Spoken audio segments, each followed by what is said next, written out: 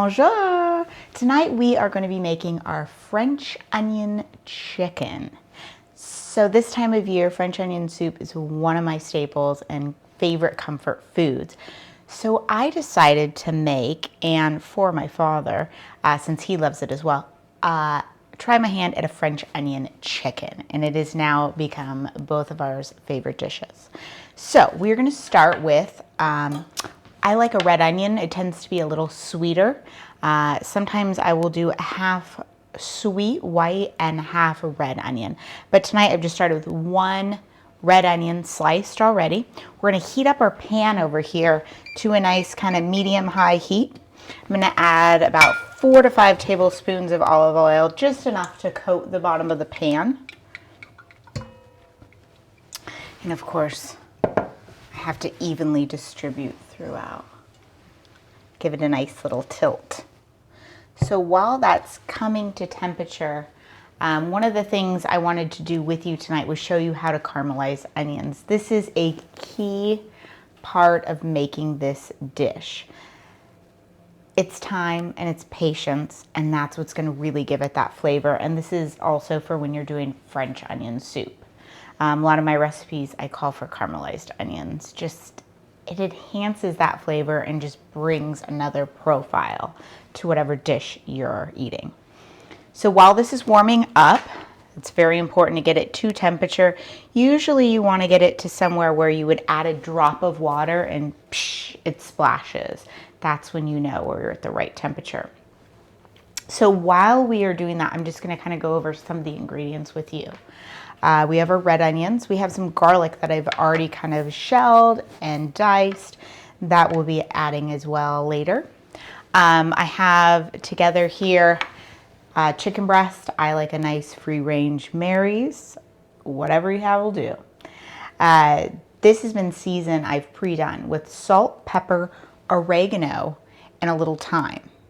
And you're gonna wanna do both sides of that. So I've done one, I'm gonna do the other kind of with you guys now. Get out these tongs here, flip it over, and an evenly seasoned and distributed chicken breast is key. So we're going to add a little more oregano, which of course comes out at the slowest speed possible. A little thyme, which if you can imagine is even slower. I like these herbs. They add some depth without being too strong. Fresh is just as good too. Don't be afraid to use that. I've been having a hard time finding thyme, so dried has kind of been my friend. I also personally like, and I don't give amounts here on this because it really should just be your season to taste. Everybody's preference is different. Some people like no salt, some people like more salt. I like an even amount and a lot of pepper. Here's my salt, although it looks kind of like a pepper mill here. It's my salt mill. Nice pink Himalayan. And one of the other things you can do if you're not using any fresh garlic is you can just go ahead and substitute a garlic powder or a garlic salt and just go ahead and put that on then. I'm going to forgo this because I like the fresh, real stuff here. So the nose that I have, I can tell my pan is ready to go.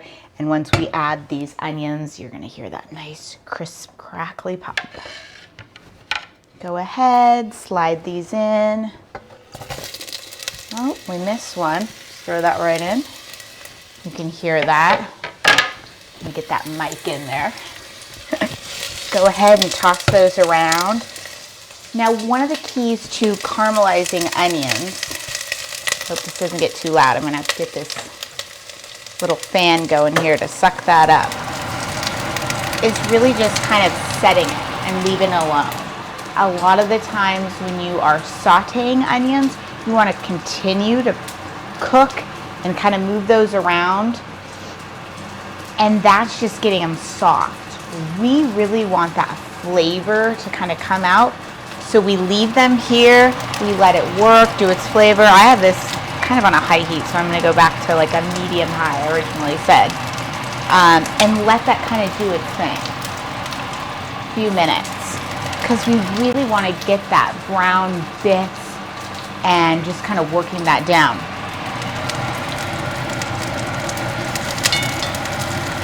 Kind of moving this around to make sure it's evenly distributed. I'm not really moving the onions around. So slow and steady. I mean, that's why anything with caramelized onions is just, it's an act of love. It takes a long time and you don't want to step away. You want to stay close by. Now we're going to go ahead, I can see kind of some brown forming, and just give that a nice stir around the pan so that another side of the onion can get cooked.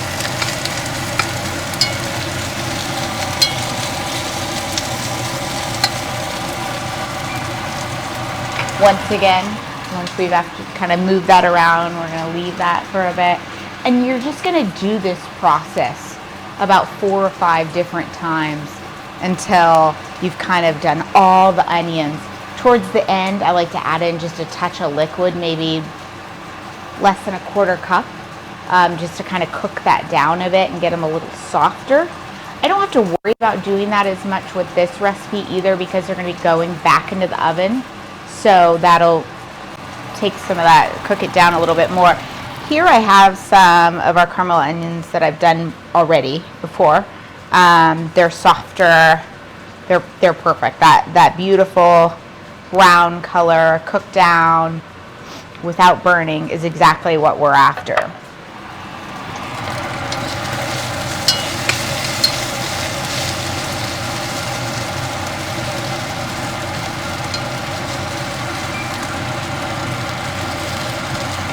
And I watch those, the smaller pieces can really cook pretty fast. So keep an eye on that.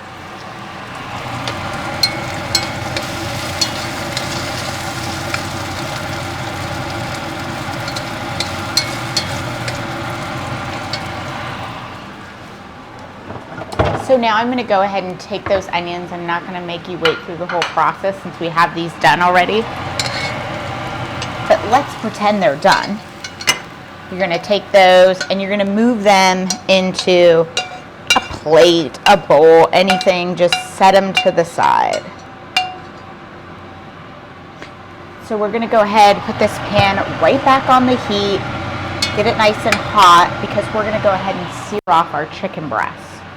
And we don't have to cook them through. We just want to get a nice kind of crust on those because they're going to be finished in the oven. I'm going to go ahead and add a little more olive oil here.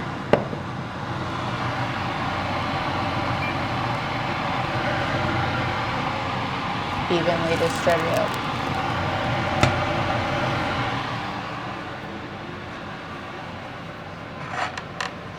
So now that we have seasoned both sides of the chicken breast, we're going to go ahead and put that in the pan just to sear off. Tongs here. I'm waiting just to hear almost where that olive oil is about to pop, and my nose can smell it. Right before it gets burnt, it's that nice buttery brown.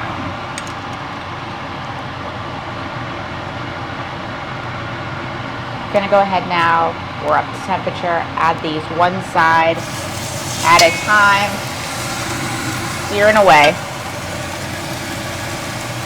We're going to do about 3 minutes per side on that.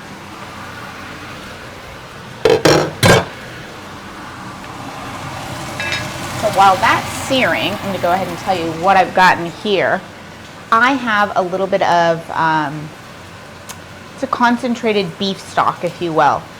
You can also use bouillon cubes if you'd prefer, but I really like, it's a all natural healthy beef stock that I have in there, concentrated, so really thick. I've added a spicy brown. You can use a Dijon, you can use a yellow, but just a little mustard in there as well, about 3 tablespoons, and I have about 4 tablespoons of the concentrated beef stock. Then I add 2 to 3 splashes. I like a little bit more of that Worcestershire sauce in there. if you like, you can add a little extra brown sugar. It's January, I'm trying to be a little healthy, so I'm gonna forego, which of course Worcestershire sauce has. So we're gonna go ahead and give this a little whisk, add a little hot water. So we're almost making, this whisk is a little too big for this one, a concentrated broth to go in that chicken. Some hot water ready to go from my kettle, and you're just gonna fill that up to about 1 cup here, which I have. I can see now that the white underneath the chicken has started to form, so I'm gonna go ahead and flip those. Ooh, and it's getting a little of that bits on the pan, which is gonna be so good. That's more flavor.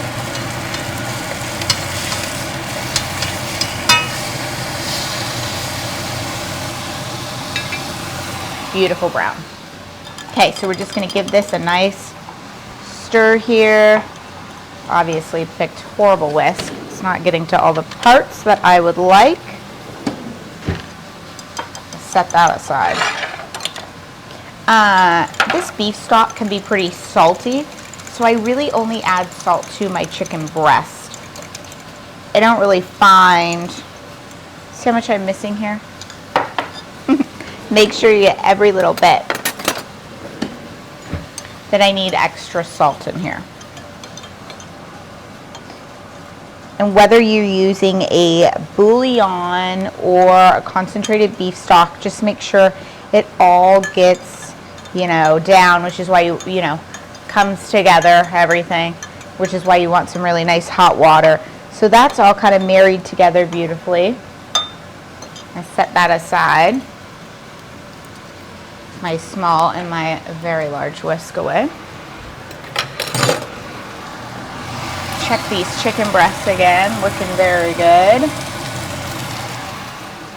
And then I'm gonna get ready to kind of pull those off, and we're just gonna set the chicken breast here, and then we're gonna go back and slowly add, which we're gonna do together, this stock. And when we slowly do it, I almost do it in like a 3-part section, because we want to just be able to slowly get all those bits together. And the reason you don't put all the liquid in at once anytime you're deglazing the pan is so that it slowly comes up and works its way. If you add too much liquid in, it doesn't do anything. It cools the pan down. So you just want to add a little at a time just to get all that flavor together.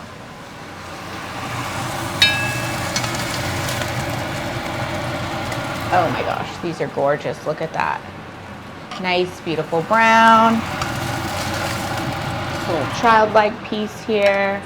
Wish my camera was closer for you to see this, but I'm just gonna slowly add this liquid, kind of work it off.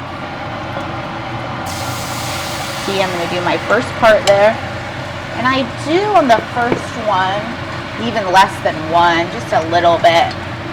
It's so beautiful right now. It's scraping up all those bits of chicken, onion. You're getting so much flavor. You're gonna go ahead and turn that off because it's pretty good heat. And then slowly add your second part. Mix it all together, all the bits, all the flavor. And then finish, kind of put it in.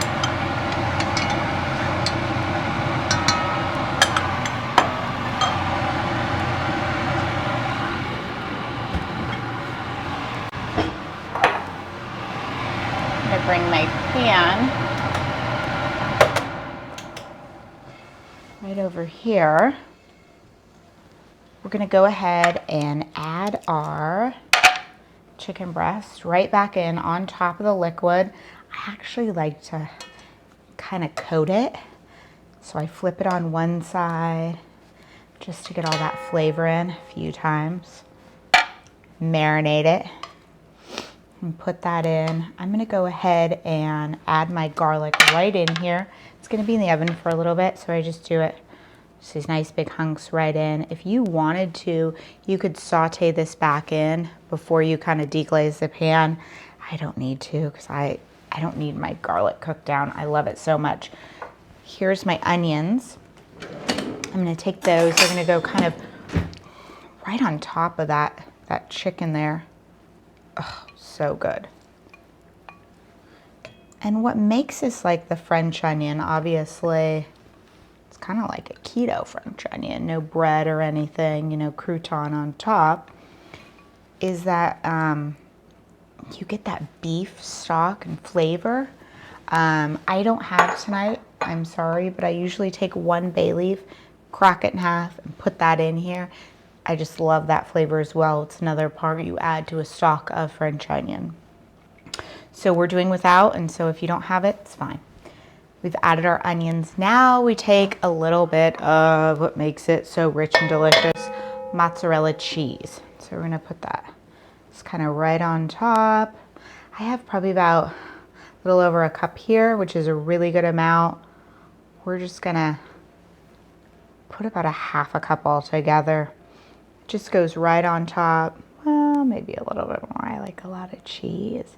So we're gonna go ahead now.